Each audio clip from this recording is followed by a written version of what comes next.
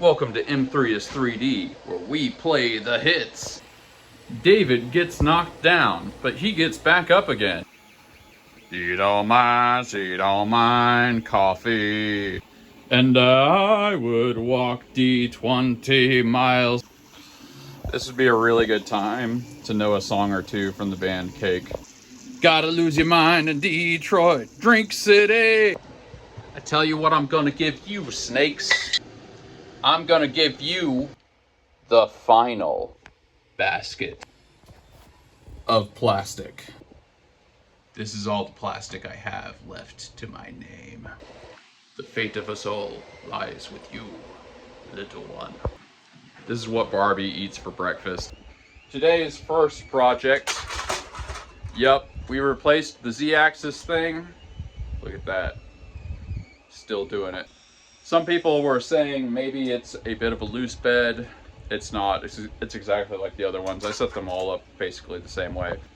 It seems to me that you can only get a repeating pattern like this vertically from something that has to do with the Z-axis. So we're just going to replace the whole thing. We're replacing the other lead screw. This one was already replaced, and we're going to replace the motors and the couplings and the whole thing. We're going to do an entire Z-axis transplant on this baby. And if it's still doing it, I think we got to give up. Because, like, what else could it possibly be? Also, one of the things about a loose bed, well, I can show you on this one. That's a very consistent pattern. Like, that's a pretty even repeating pattern. And, especially since it's two different objects, I don't think we would see that from a loose bed. I've seen many loose beds, and it never looks that regular. I could be wrong, but pretty sure it's not that. Also, the other two axes are nice and smooth. This is moving, pretty much perfect. It seems definitionally true that something that causes this has to do with motion. Maybe you could have some kind of, I've checked to see whether this is loose, and there's nothing loose there. Maybe if the thing was moving around like that, you could get something close to that. Also, it can't be the extruder motor, because the extruder motor is turning over all the time. So you wouldn't get these patterns like this. Or if you did, I can't imagine that you would get patterns like this from an extruder doing something weird. Plus, it doesn't seem to be doing anything weird. It's not making any sounds. If there's something impeding or messing with it, it seems like there'd be some kind of sound. So yeah, we're doing a whole Z-axis-ectomy. If that doesn't work, there's nothing else to try. There just isn't. Also, theoretically, maybe you could get some kind of effect, I guess, if this was doing something weird, but it's not spinning like it's supposed to. So yeah, that's our special project. Very nice, David. White chestnut.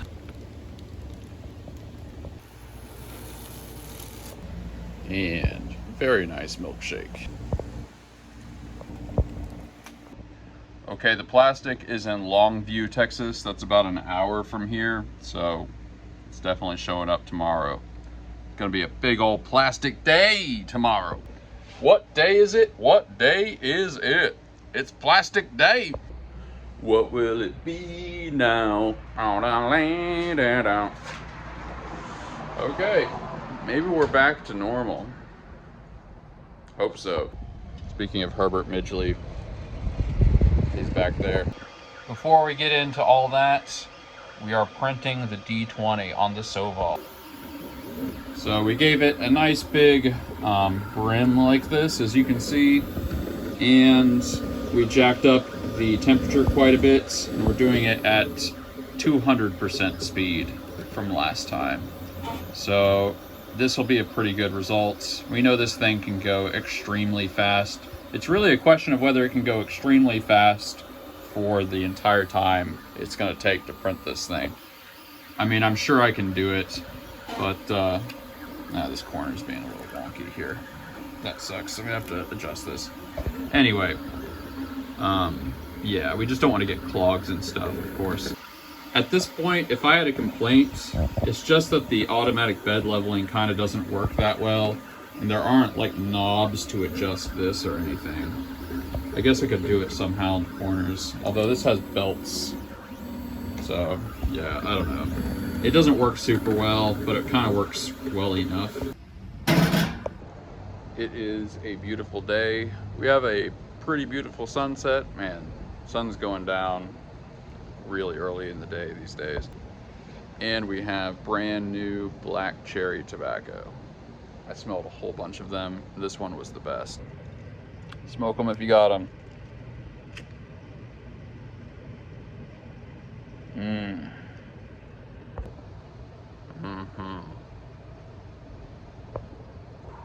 That's a good one right there. Cherry as a flavor is one of the best for pipe tobacco.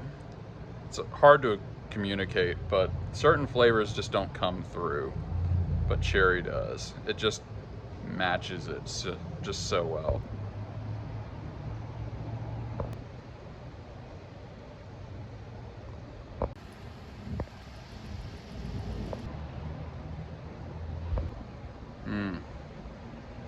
I feel a rant a brewing. I was just thinking about this sort of dichotomy of science / philosophy, rationality versus religion. I was thinking of somebody really smart that I know, just a really, really brilliant guy, and he's just very anti-religion, which, like, he's not a dick about it or anything, but he's just a very intellectual, rational guy. It's been a while since I looked at this, but if I remember right, religious belief does kind of skew towards lower IQs. This is not like a black and white thing, but just generally speaking, lower IQs. And obviously disbelief, atheism kind of skews towards higher IQs. And it's one of those things that's like, if you're a religious person like myself, it makes you a little worried. It's like, oh crap, the smart people don't believe in this stuff. But then I was combining it with this long-standing theory I have about science / philosophy versus religion. Really more specifically versus spiritual thought. So one way of thinking about reality is it's fundamentally made up of order and chaos. Order is a little hard to define sometimes, but it's kind of the idea of things obviously being structured. It's the parts of your life where you know what's going to happen, or you know how a thing works. That's order. Chaos maybe would be better thought of as potential.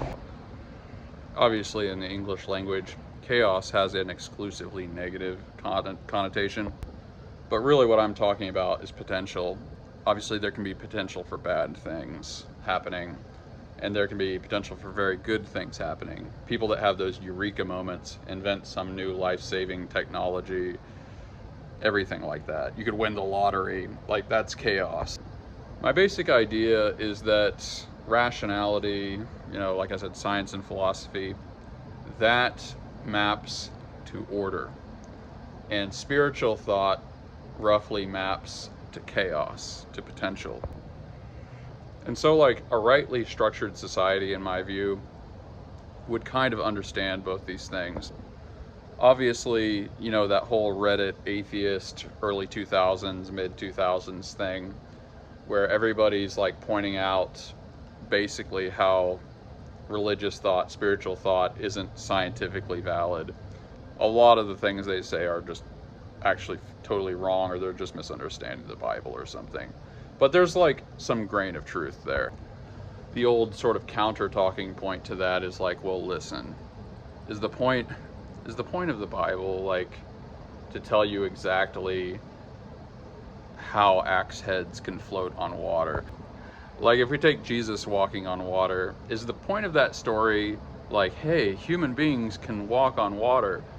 And Peter walking on water, is the point of that like to tell you some scientific thing?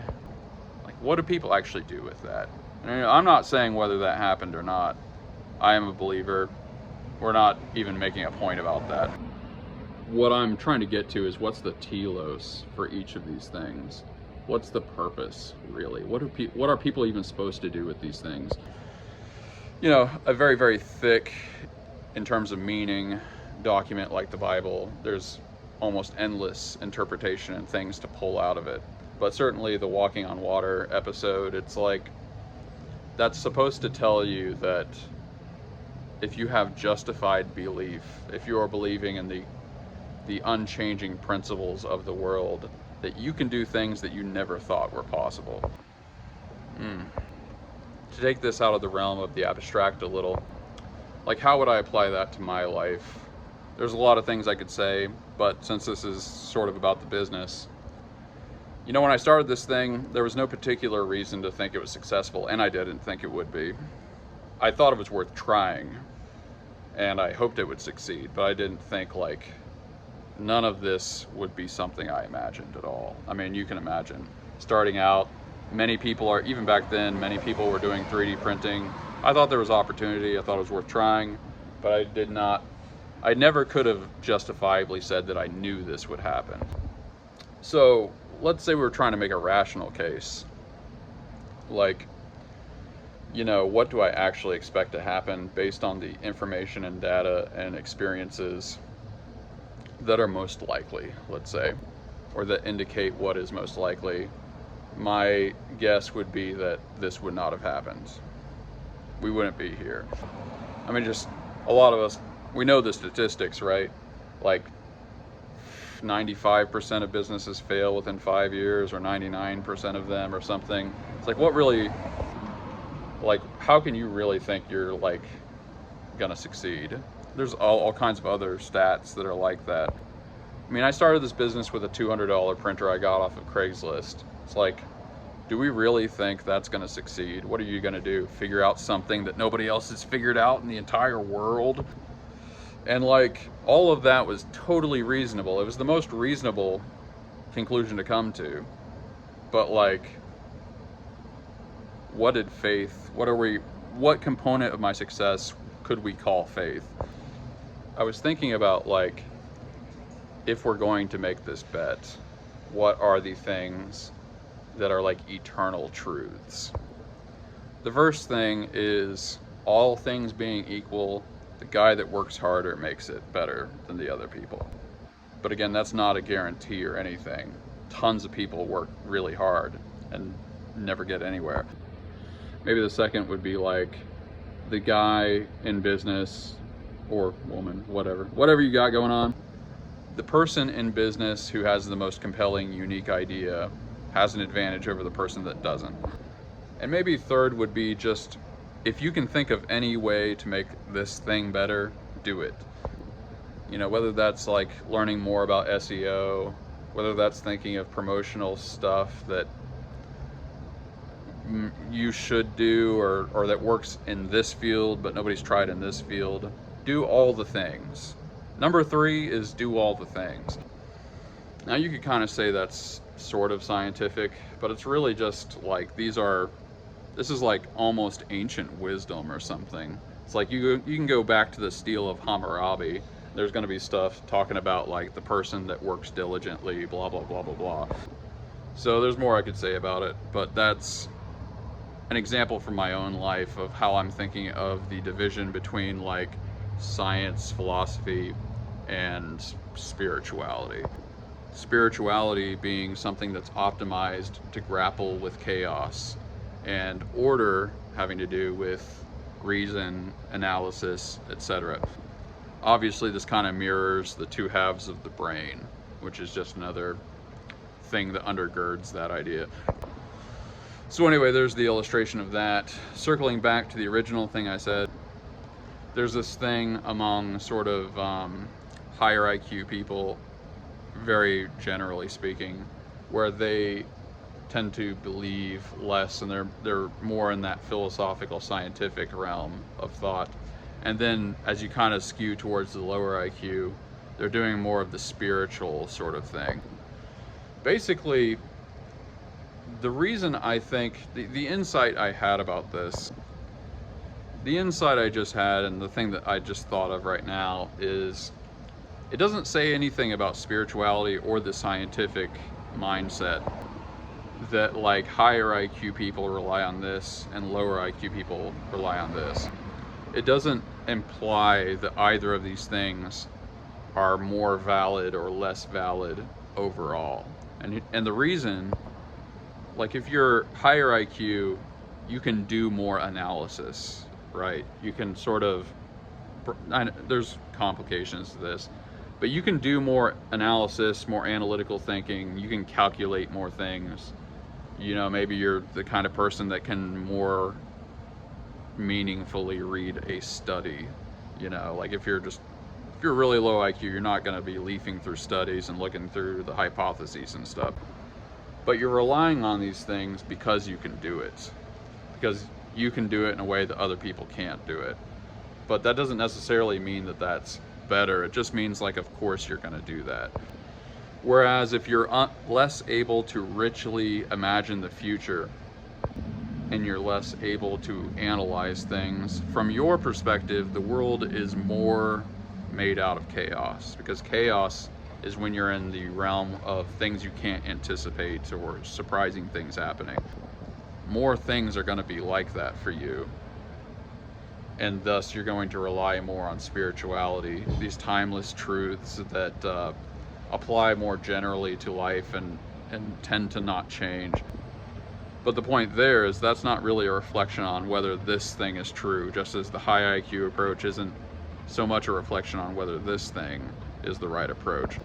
It doesn't really say whether the spiritual approach or the scientific approach are more or less valid. It's more like that's just what these two are going to do. It's just what they do. In an environment that's more ordered, less chaotic, safer, these kinds of things, more stable, a lot of times it very much seems like the more analytical approach is the right approach. But it's more like you're just in this strange situation in the grand scope of Earth's history, humans' history, where things aren't that crazy. But like most of existence is pretty freaking crazy.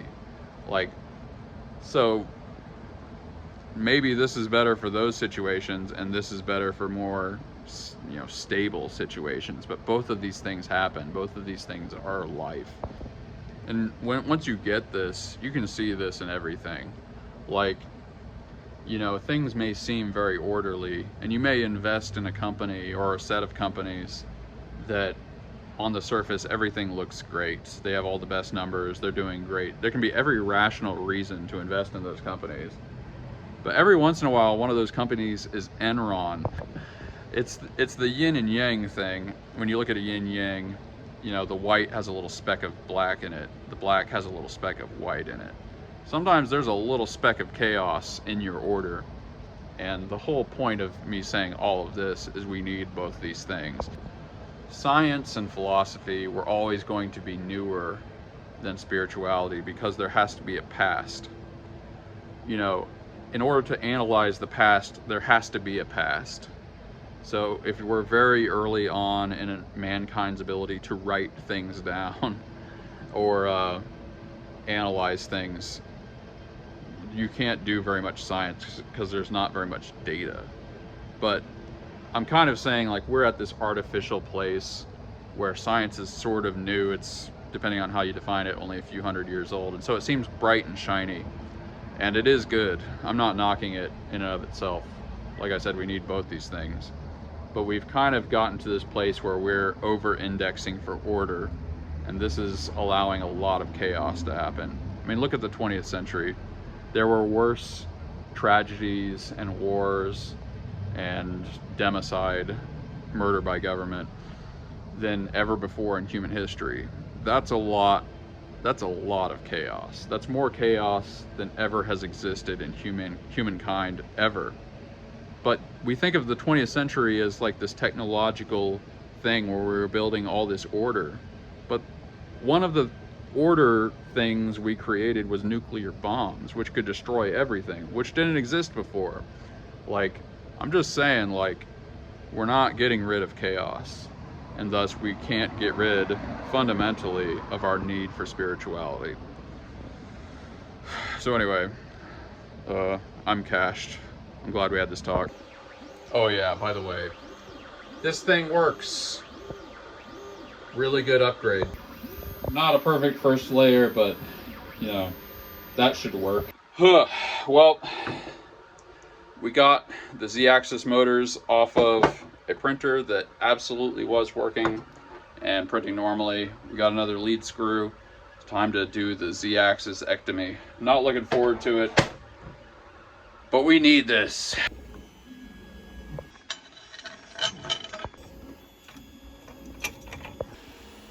Let's heat this guy up and get a test print going, see if the Z-axis thing made a difference. If not, I'm really scratching my head.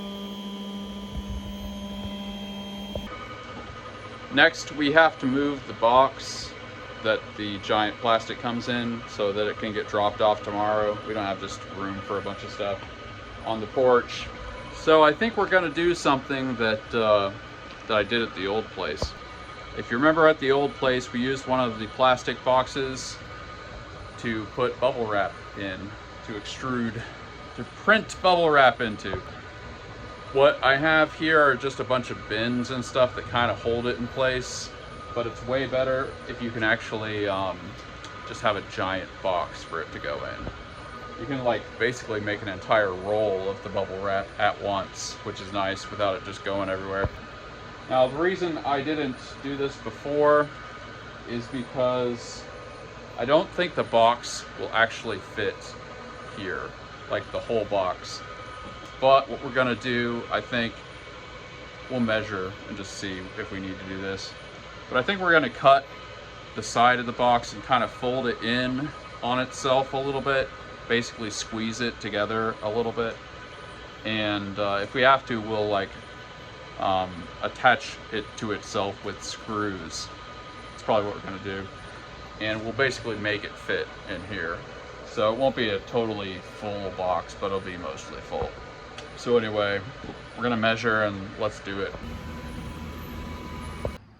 Laser pointer, yay!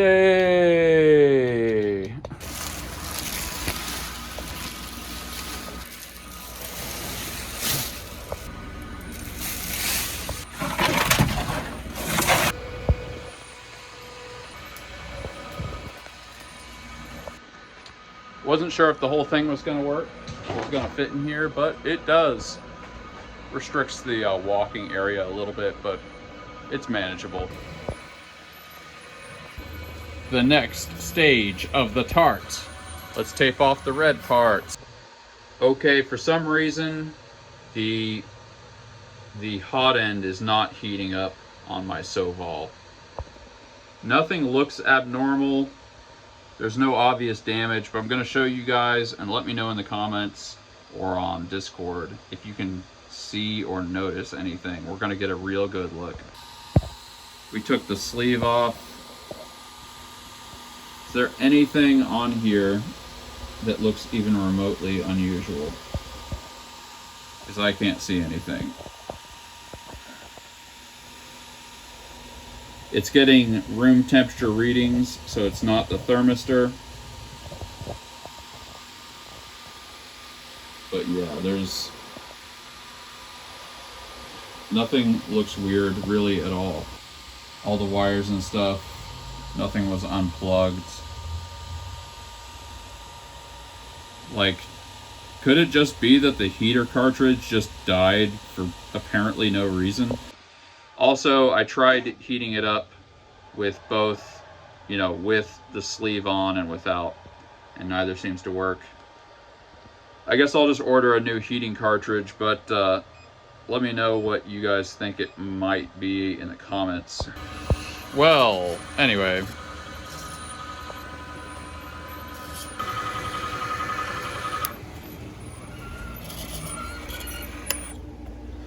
The last roll of filaments of an entire pallet of raw plastic. Luckily, another pallet's coming tomorrow. Well, with all that behind us, I listed this guy.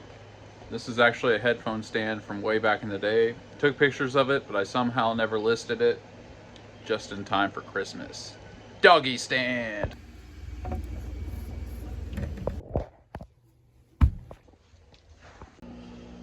little bit of a stressful day, but that big plastic boat is arriving at the metaphorical harbor tomorrow.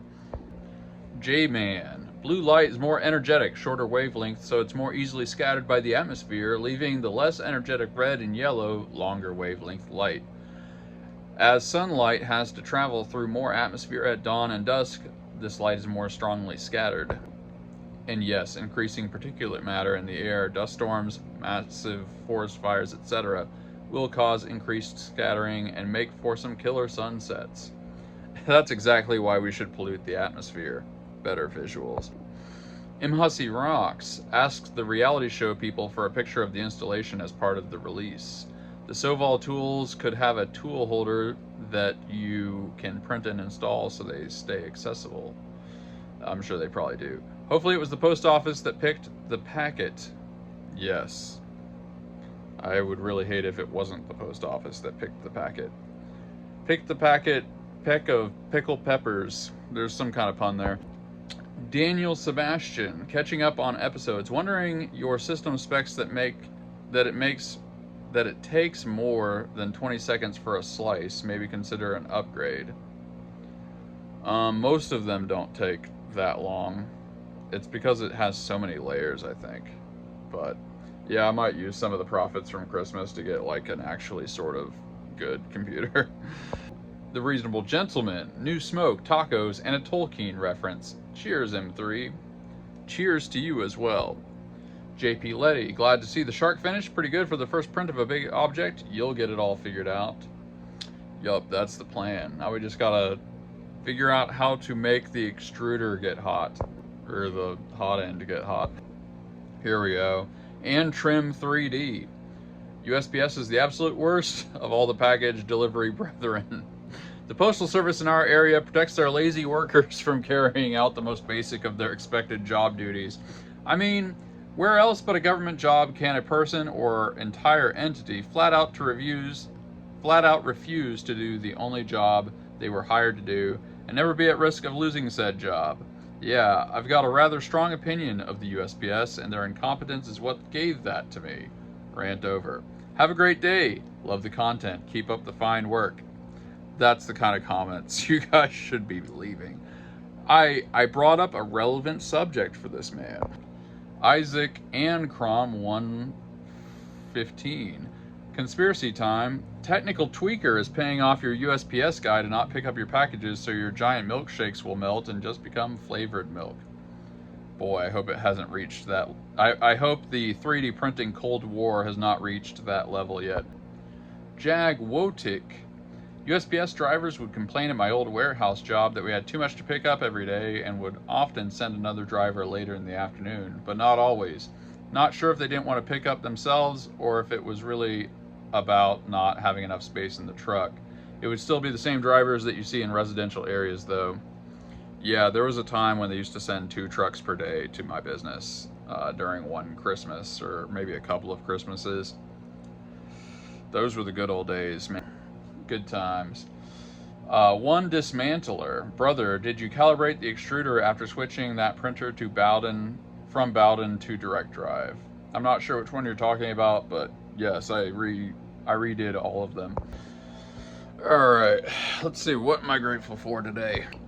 I went ahead and ordered some ceramic cartridge heaters for the Soval in case that's what the problem is. It probably is, because it was sensing the temperature but not increasing it. I've never had that happen when the heating cartridge wasn't the problem.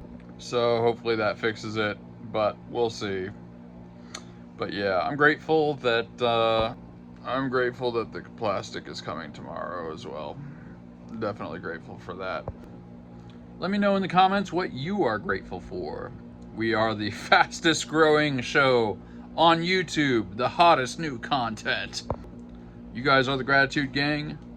Thanks for coming along on the journey with me. We are on the race to Christmas. Peace out.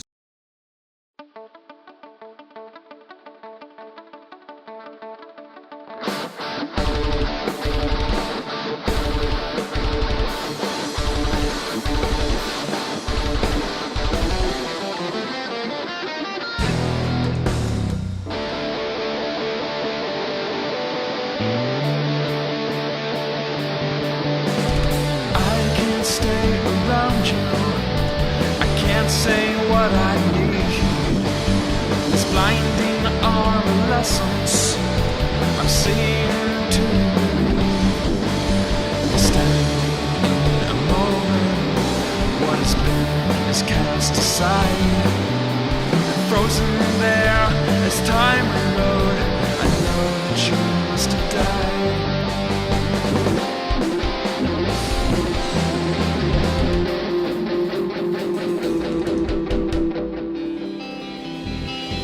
Light waves surround you. Open up your mind. Time to say auf Wiedersehen. Open up your mind.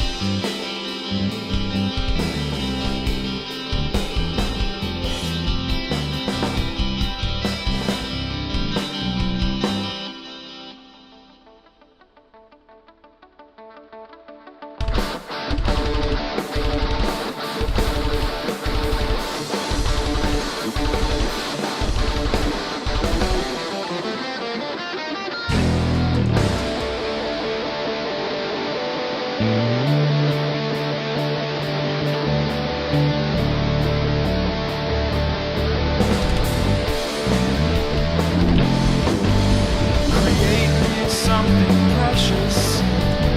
Find me something free. Empty my possessions. Everything I need. Through emotions.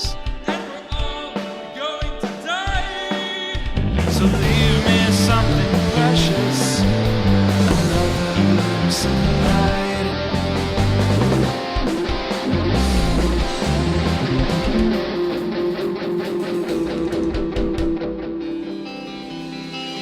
Light waves surround you. Open up your light. Time to say auf Wiedersehen.